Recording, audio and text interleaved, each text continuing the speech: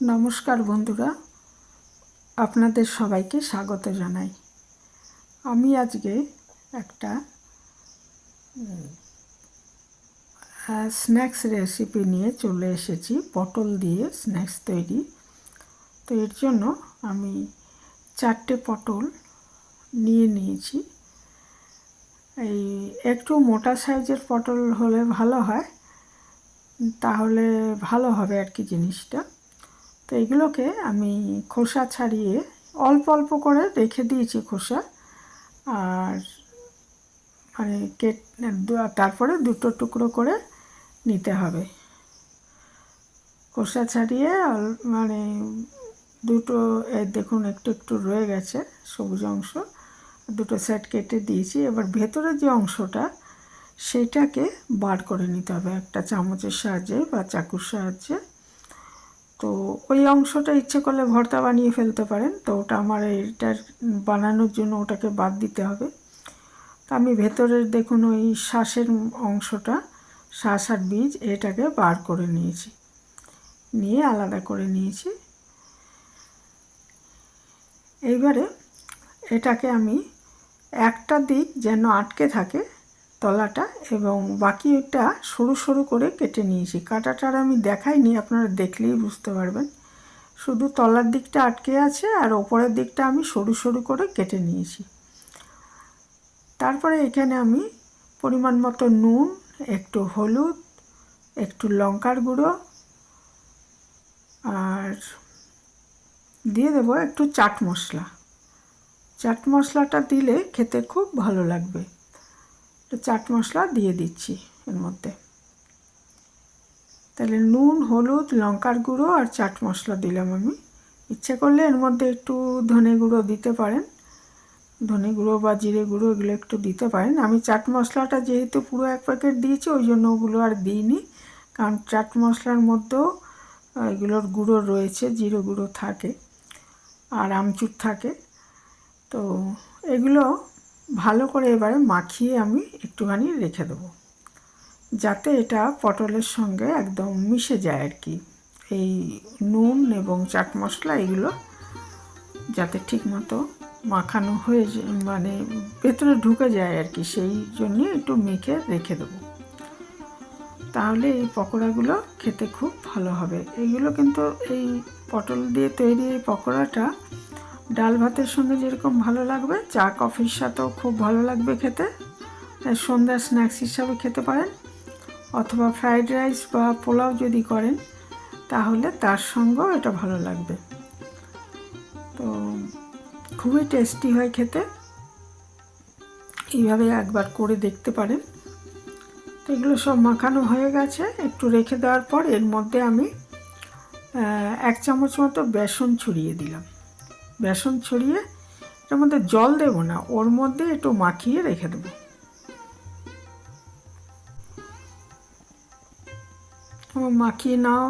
মাখিয়ে নিচ্ছি বেসনটা দিয়ে।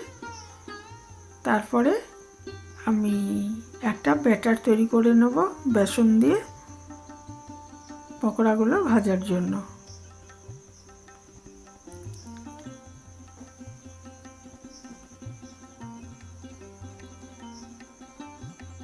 এইভাবে বেসন একটু মানে মাখিয়ে নিলে পকোড়াগুলো ভালো হবে। একটা পাত্রে আমি পরিমাণ মতো বেসন নিয়ে নিয়েছি। আপনি যতগুলো পকোড়া তৈরি করবেন সেই হিসাবে বেসনটা নেবেন। আমি এখানে বড় 2 চামচ বেসন নিয়েছি, একটু হলুদ নিয়েছি, একটু নুন নিয়েছি, একটু লাল লঙ্কার গুঁড়ো নিয়েছি। নিয়ে এগুলোকে আগে শুকনো অবস্থায় ভালো করে মিশিয়ে দিতে হবে। আরেকটা জিনিস আমি মেশাচ্ছি, এটা হচ্ছে বেকিং পাউডার। 1/2 চামচ বেকিং পাউডার দিয়েছি। দিয়ে এবারে এটাকে শুকনো অবস্থায় আগে একটা সাহায্যে মিক্সচারের হ্যান্ড মিক্সচার, সেটার সাহায্যে আমি একটুখানি এটা মিশিয়ে নিচ্ছি। নিয়ে তারপরে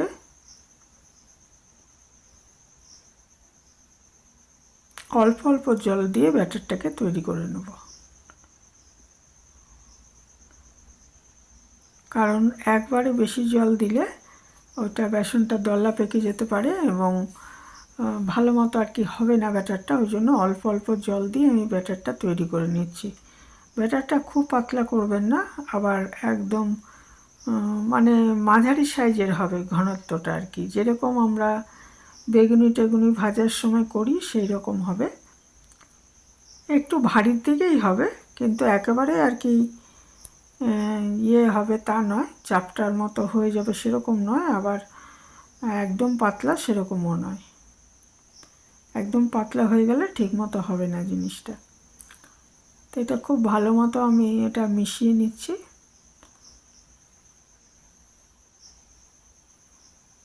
তো এখন বর্ষা তো এসেই গেছে, সন্ধ্যাবেলা এরকম চা বা কফির সাথে এরকম পকোড়া বানিয়ে নিতে পারেন, খুবই ভালো লাগবে খেতে। আবার ভাত ডালের সঙ্গেও ভালো লাগবে খেতে। আমার এই মিশ্রণটা তৈরি হয়ে গেছে। এবারে একটা কড়াই বসিয়ে দিচ্ছি ওভেনে, দিয়ে আমি সাদা তেল দিয়ে দিচ্ছি। আজকে আমি এটা সাদা তেলেই ভাজবো, কারণ সাদা তেল হচ্ছে কি সর্ষের তেলের থেকে একটু কম টানবে আর কি তেলগুলো, সেই জন্য আমি সর্ষের তেলেও ভাজতে পারেন, তবে সাদা তেলটা একটু কম লাগে, সেই জন্য সাদা তেলে ভাজছি। এবারে দেখুন ওই পটলগুলো, যে মশলা মাখানো পটলগুলো ছিল, সেটা আমি এই ব্যাটারটায়, বেসনের ব্যাটারটায় আমি এটায় চুবিয়ে নিয়ে তারপরে তেলটা আগে ভালো মতো গরম হয়ে যেতে হবে, দিয়ে এখানে দিয়ে দিলাম। দুটো করে দিচ্ছি, বেশিও দেওয়া যেত, কড়াইটা একটু ছড়ায় নই।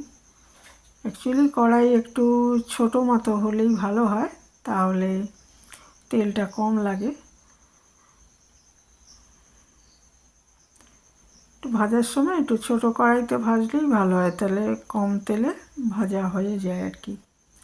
তো আমি এরকম দুটো দিয়ে মাঝারি আছে করতে হবে, না হলে ভালো মতো হবে না। দু পিঠ উল্টে পাল্টে ভেজে নিচ্ছি, নিয়ে তুলে নেব। তারপরে এইভাবে সবগুলো ভেজে নেব। গরম গরম টমেটো সসের সাথে পরিবেশন করতে পারেন, অথবা চা কফির সাথে হলে সস না হলেও চলবে, অথবা ডাল ভাত বা পোলাও, বিরিয়ানি, ফ্রায়েড রাইস সব কিছুর সাথে এটা ভালো লাগবে। আমি ভাজা হয়ে গেছে, দুটো তুলে নিচ্ছি এবং এইভাবে সবগুলো ভেজে নেব।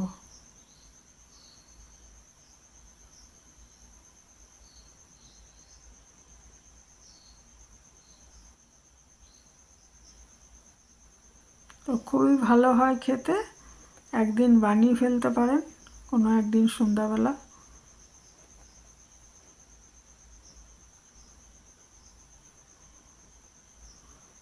আরও দিয়ে দিচ্ছি, আমি দুটো ভেজে তুলেছি এবং বাকিগুলো এইভাবে আস্তে আস্তে লো টু মিডিয়াম আঁচে ভেজে নিতে হবে।